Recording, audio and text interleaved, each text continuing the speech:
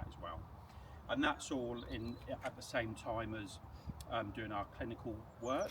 When we get here, we've often spent many years in the ambulance service as a road-based paramedic. We come here and then we receive greater education. We go down to Warwick Med School for 2 years to do critical care, and then we can assist the doctors more and really work as a team when we get here. So essentially the equipment that we have is our 2 main bags, primary and secondary. They have different equipment in each, and then we have a cardiac monitor there, and then we carry blood in that bag, and then we have some syringe drivers and then some other pieces of equipment. But within those bags we can deliver everything that an emergency department can deliver, and essentially an intensive care unit. So we can deliver anaesthetics, like if you was going for an operation, we can deliver anaesthetics. We can do surgical procedures, and without saying too much, you're not going to see a surgical procedure, but you're going to see our training room and how we train. But we deliver surgical procedures. We can do open heart surgery, so we can actually open up. We can deliver babies through emergency cesarean section when it's gone wrong for the mother, not as a part of a normal birth. And we can do other surgical procedures as well. So we can deliver everything that you would get in hospital in those initial stages. And as I said, we carry blood as well, absolutely precious commodity, our blood. We carry 4 units. Now we carry what we call blood products. So we carry 2 bags of fresh frozen plasma and red blood cells. So that's not whole blood. There is lots of study on whether we should be using whole blood and is it good, is it not, etc, etc. But we use blood components, and that is, so that gets delivered for this base from Nottingham Queen's Medical Centre, and we work really closely with the Leicester blood bikers who bring it to us on a daily basis. Excuse me, if you don't mind, would you like to do it again? These 2 gentlemen are a bit late. Sure, we can revisit that. Okay. Yeah, All right. I'm going to train. Okay. So that's the blood, and then for our Coventry base, the blood comes from the Warwickshire blood bikers, and that comes from Coventry Hospital at Walsgrave. So we have in the front, we'll have the pilot, we'll have the paramedic, the technical crew member, and then we'll have the doctor in the back. Today we're flying 4 up because we have a trainee paramedic with us, and sometimes we have 2 doctors because we also are part of a program called, we're part of a FEM curriculum where pre-hospital emergency medicine is now a specialty. So like people will do their anaesthetics or emergency department or GP. There's also now a specialty around pre-hospital medicine. We form part of that curriculum of learning with the West Midlands Deanery. So often we have doctors that come to us will train with us and assist with that specialty training. But predominantly it's normally a pilot, paramedic and doctor. It's very much team-based. There's no hierarchical kind of structure to it. Because of the nature of what we do, you work as a team always. It's not the doctor doing everything by themselves. They have to have the complement of the paramedic, and it's teamwork. Yeah, absolutely. And we're quite different in a way that the pilots are also part of that as well. Although they're not medically trained, they don't have to be medically trained, because they see so much and work with various doctors and paramedics. They just get to know what we need when we need it. So they'll pass us things before we even know that we need them, type things. So they really are good and integral to the team. Any questions thus far? You know, when you talking about blood bank. Yep. So once you done your emergency. Yeah. So we come back to the base. We check everything again. Yeah. So does a black bank come from? Is different hospitals you pick it up? yeah, no. So You just come here. the blood will always only ever come from Nottingham for this base. Yeah. But if we have used it, we can pick some up while we're at While you're Nottingham, so we can recirculate it. So that can happen if we carry enough spares in our boot to do another Just in case, job, in case, a another job. biggish job, what we call with a surgical procedure. If that happens where we've done something where we've used blood and done a surgical procedure and then got a job straight after and had to do another one, we're having a really bad day. Yeah. So we'll just come back here and restock anyway, because there'll be lots of administrative duties to do with that. But we do have days, definitely in the summer, where we're flying for longer hours because we chase the daylight, that we can go from job to job to job, and we'll refuel the aircraft yes. out and about, and then we'll just restock as and when we can, even if it's getting back here. How many air ambulance we have here? So just at this base, it's the helicopter, just one. So the helicopter works during the daylight hours, and then we have a car that works through the night. The helicopters and pilots are trained to fly through the night or during night hours, but we choose not to as an organisation. So we chase the daylight. In summer, in between May and August, end of August, we'll have 2 pilots and we'll work the helicopter for longer.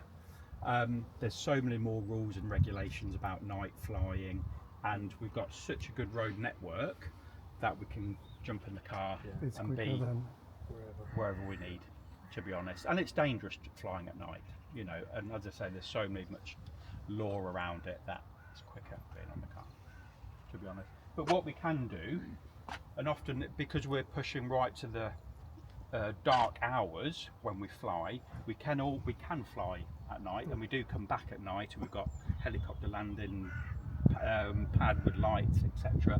So if we were to land legitimately, legally during the day, it can turn dark while we're on scene, and then we can still fly to hospital and then fly back. It's just that we don't do it as a normal service. We do it on Which hospital do you normally go to? Right, so we predominantly go to major trauma centres.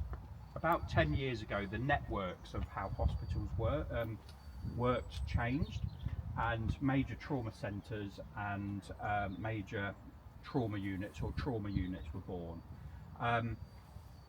Depending on what's wrong with your patient, you will bypass the local hospitals and try and get to the major trauma centre.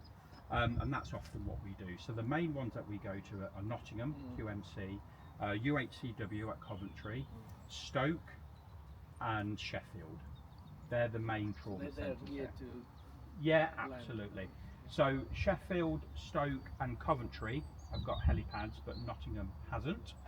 And that's ongoing work, but essentially the hospital's really old and it's been built round, and that's all there is to it, to be honest. you can't go there then. Well, what we do, we land in the university sports grounds called Highfields, and then we get an ambulance and then we drive round. So it's a 5-minute journey. But there has been work about looking at a helipad on top, but the roof just won't take it. There's been looking at removing some of the car parking and having a helipad there, but you'll still need an ambulance to drive you around to the department.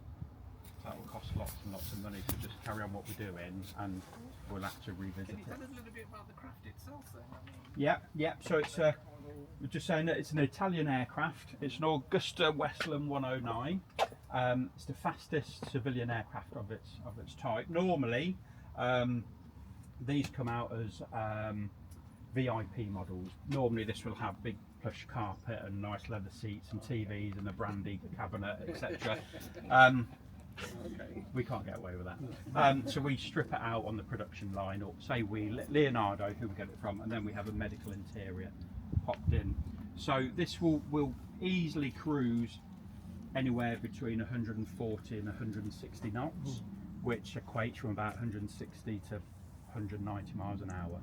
through the air. So through the air, That's fast, yeah. in a straight line, you know, and it doesn't sound that quick compared to, you know, like a jet for obvious reasons. Yeah. But in a straight line, from here, and we'll show you the map and the crew room later, but from here we can be in Manchester in 15 minutes. You know, it just doesn't take long at all. So, but we'll show you that. But it's a straight line. We can land in a really tight spaces. legally, we have to land in somewhere that's 26 metres by 26 metres square, and that's essentially double the size of the aircraft. But that's visible when you're assessing that from air.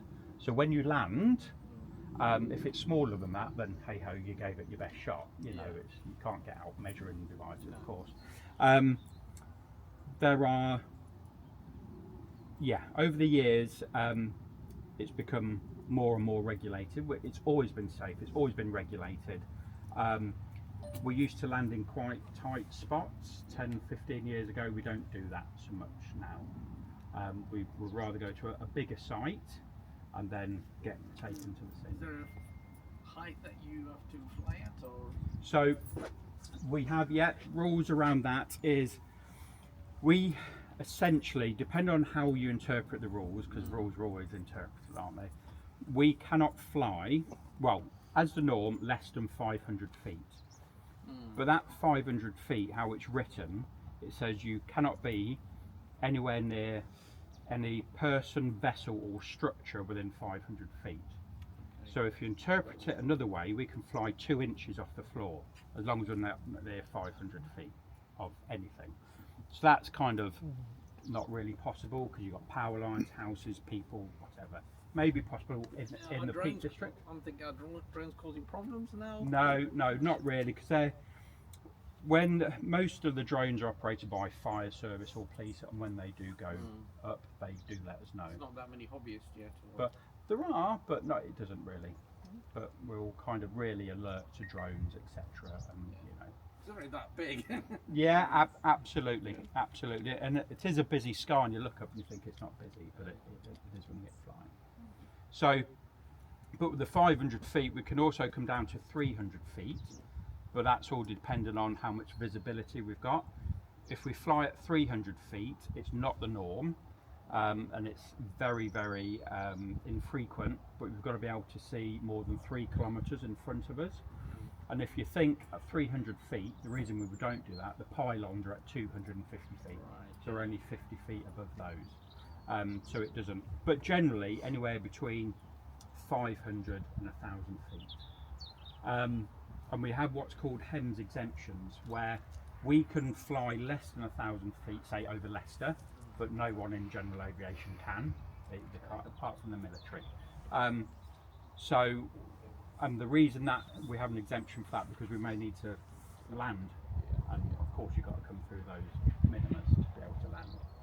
So, but to put it in perspective as well, we would never go below 300 feet, but we'll say 5. But the military helicopters, they can go down to 50 feet off the ground, and jets can go down to 250 feet. So they're kind of able to do a lot lower, and we see that, don't we, when we see them low flying. Who decides where you can fly to? So say if you've got an incident somewhere, Yeah. So which doesn't really cater for landing spot, or you've got it's reasons. well, How do you the job will come in, an incident will come in, and then it'll go through the ambulance service. And the ambulance service has a dedicated desk that screens all the jobs coming in, every 999 call within that region. And then to have us attend, you have to have a set criteria. Serious road traffic accidents, fall from heights, blah blah blah blah. You have to have certain tick boxes. Once that's been satisfied, we'll launch, and then we'll go. I've never been in a position where we've gone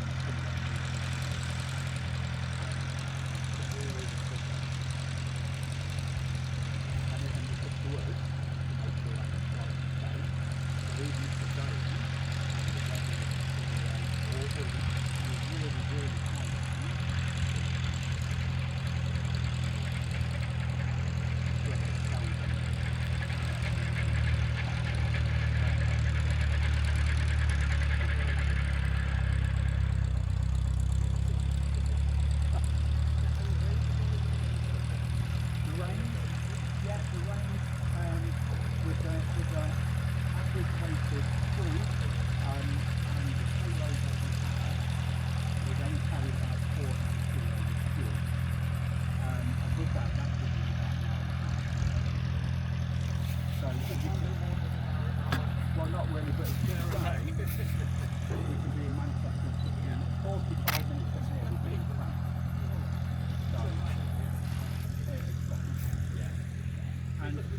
if you're doing that, then that. No, I mean no. And we could take more.